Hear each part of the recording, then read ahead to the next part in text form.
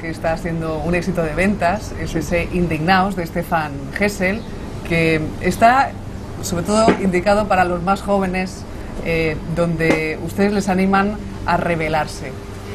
¿Está usted indignado, José Luis San Pedro? ¿Qué le indigna a José Luis San Pedro? Uy, más que indignado, estoy extraordinariamente asombrado, además de la desviación tremenda y al mismo tiempo, no me extraña, porque desde hace mucho tiempo, yo vengo diciendo y escribiendo que el sistema cultural, que es el capitalismo, el sistema occidental está en ruinas, ya está degradado, está desmoronándose.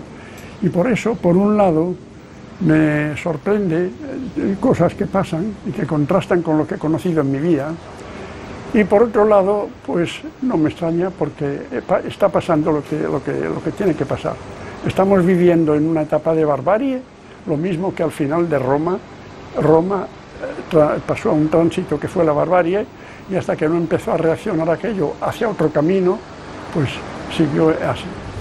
Usted ha hablado de crisis, y cuando habla de crisis lo hace como crisis del sistema de vida occidental, como usted absolutamente, hablaba ahora. Absolutamente. Y cuando digo barbarie, no quiero decir actos violentos, que los hay, ¿verdad?, y que condeno y que censuro, sino sobre todo degradación de los valores. Mire usted, una cultura se caracteriza sobre todo por los valores que respeta, por los valores que le sirven de referente para la conducta, para actuar y para avanzar por el mundo. Esta civilización, esta cultura, ha sustituido los valores por los intereses. Hoy la gente no se mueve por razones, en general, quiero decir, no se mueve por razones de dignidad, de libertad, de humanidad, no. Se mueve por razones de beneficio. Y la crisis se ha producido por poner el beneficio y el dinero por encima de todos los demás valores. Sustituir la ética por el beneficio material. Usted en alguna ocasión, y también ha escrito que Europa, ante esa crisis de valores que usted está apuntando, que Europa está, pero que no es.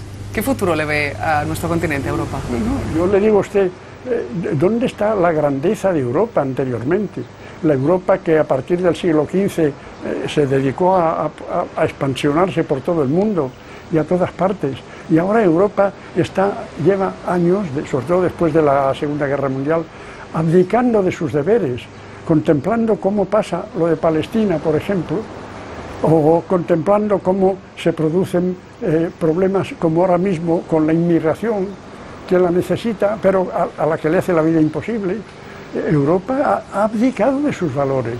A Europa se venía buscando la civilización más alta, la cultura más alta, la libertad. No, ya no.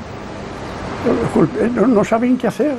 Europa no es Europa, y ahora el relevo parece que ya lo está tomando China, después de que la parte occidental no esté... Pues no lo sé quién lo tomará, ¿verdad? Desde luego el sistema occidental es ya incapaz de afrontar los problemas, y lo que parecía que iba a suceder, que era los Estados Unidos como hegemónicos y directores de todo el mundo, Bush demostró que era completamente incapaz para eso. ¿Está agotado ese sistema?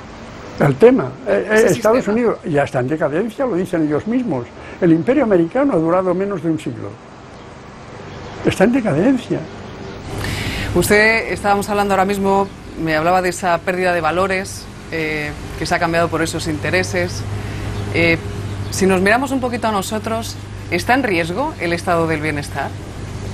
Mire usted, lo que está en riesgo, más que en riesgo, el estado de bienestar está en riesgo si prevalece el interés de los más poderosos y de los más fuertes, porque para ellos el estado de bienestar no tiene interés el estado de su propio bienestar, pero no el bienestar de todos, y lo han demostrado siempre que han podido. Mucho se está hablando en los últimos meses del tema de las jubilaciones. ¿Cuándo cree que nos vamos a jubilar? ¿Vamos a cobrar las pensiones de aquí a unos años? ¿Vamos a poderlas cobrar? Sí, yo creo que sí, que las jubilaciones se podrán cobrar, sí. Yo creo que sí, porque no pueden llegar tan lejos, ¿verdad? Pero es que yo creo que el sistema no se resuelve con arreglos de las jubilaciones o con arreglos de los sueldos o con arreglos se exige un cambio de poder, que pase el poder a otras manos. que el dinero no sea el valor supremo. Usted que sigue los informativos, los telediarios, conocerá ese dato, esos casi 5 millones de españoles y españolas que están desempleados. La tasa de paro, si no recuerdo mal, en España es el doble que en Europa. ¿Cómo podemos conseguir crear empleo en nuestro país? Mire usted, pues a fuerza de tratar de plantear de otra manera desde las alturas los planes, de favorecer las producciones que interesen, de que el crédito llegue de verdad a las manos que pueden movilizarse, de que los jóvenes tengan otras oportunidades. No hay otra manera. Los jóvenes... Los empresarios tienen su receta, uno de ellos la dijo: hay que trabajar más y cobrar menos, pero no aplicó esa receta a los altos cargos. Hablaba usted de los jóvenes, ellos son quizás los que sufren más ese paro, hay un 45% de tasa de paro juvenil. Yo no sé si, como algunas voces siempre dicen últimamente, ¿estamos ante una generación perdida realmente? Yo no creo de ningún modo que es una generación perdida. Esta generación, gracias a esa perdición, aprenderá muchísimo y será más difícil colocarle las mentiras que se ha colocado a los que viven bien. Es más fácil engañar a los que viven bien que a los que han tenido que sufrir. De modo que yo espero que esta generación reaccione de otra manera. Y además, en otros países ya está pasando. ¿Qué pasa en el norte de África? Pues que los jóvenes no son generación perdida. A día de hoy, y en todo este proceso de crisis que estamos viviendo, ¿se han tomado las medidas necesarias para que no vuelva a suceder? En absoluto que no.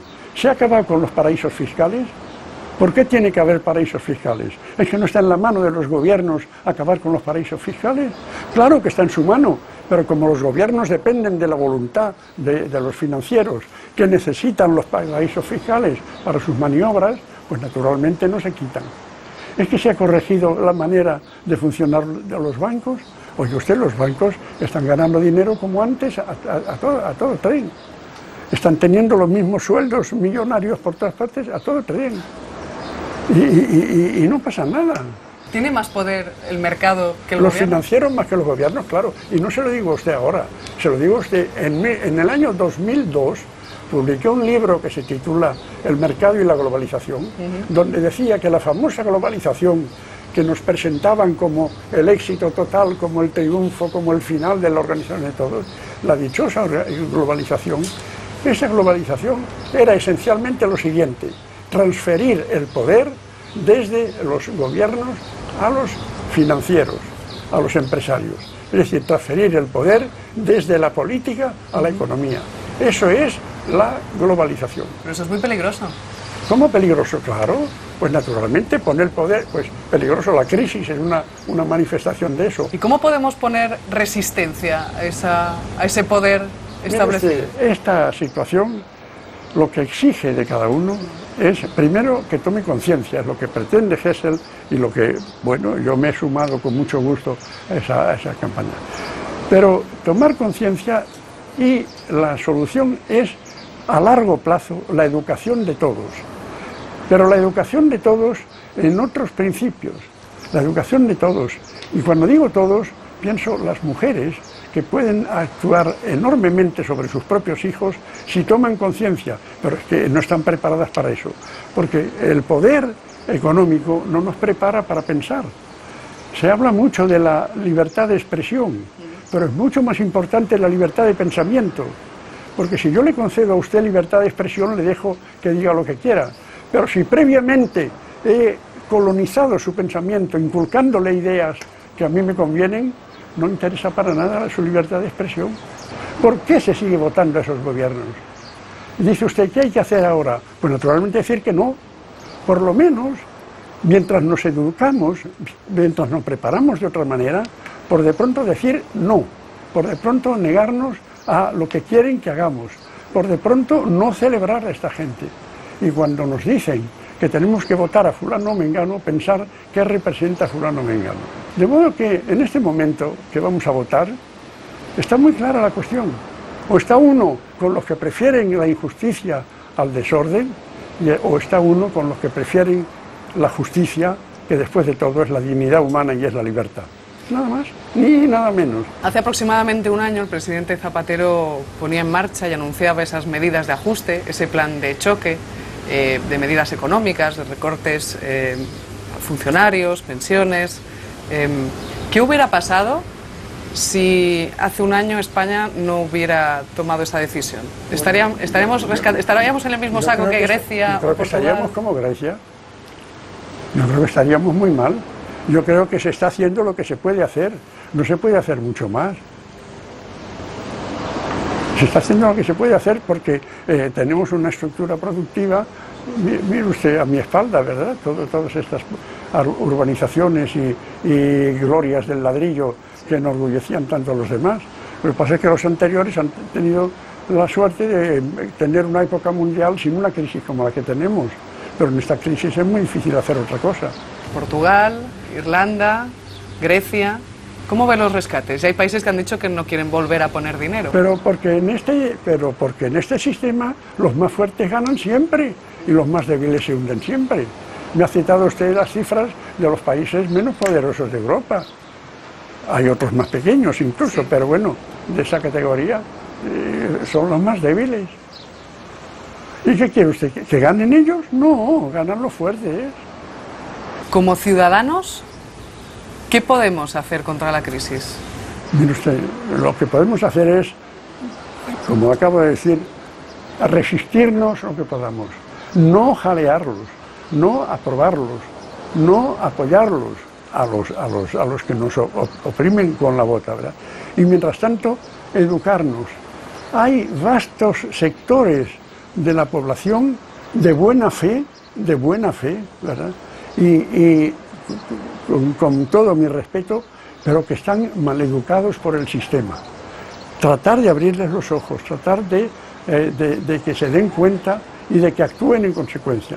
Porque mire usted, cada uno de nosotros es muy poco, pero usted piensa lo que puede ocurrir si hay una auténtica unión de consumidores.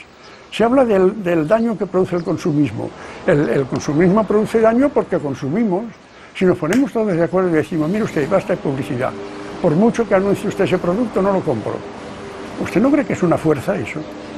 ¿Usted no cree que una actitud decidida en el terreno del consumo, por ejemplo, no hace nada? O en las condiciones de trabajo, o en las cosas que se nos exigen. No, hay que ser conscientes. Pero claro, para eso hay que hacer cursillos de ciudadanía. Habría que hacer cursillos de ciudadanía para los educados, para los poderosos, para los que se creen que son ciudadanos y no son más que explotadores del resto. ¿Cuándo y cómo saldremos de la crisis? Yo no lo sé, porque depende, depende de muchas cosas. Depende. ¿El cómo? Pues mire usted, evolucionando, cambiando, por ejemplo, cambiando el sistema de poder que tenemos, revolucionando la situación. Esto podrá ser grato, podrá no ser grato, pero eso cambiaba. Hombre, por Dios, pues claro que se puede. Lo que pasa es que si unos tienen miedo de una cosa y otros tienen miedo de otra cosa, pues seguimos como estamos. Está todo muy claro. Podemos estar hablando 3 horas si usted quiere. Siempre está todo clarísimo. Está entre la ética y la economía, entre los ricos y los pobres, nada más. Pues José Luis Sampedro, muchísimas gracias por habernos ofrecido este tiempo en su casa, aquí en Málaga. Muchísimas gracias. A ustedes. Hasta otra ocasión. Por su interés. Bueno, esa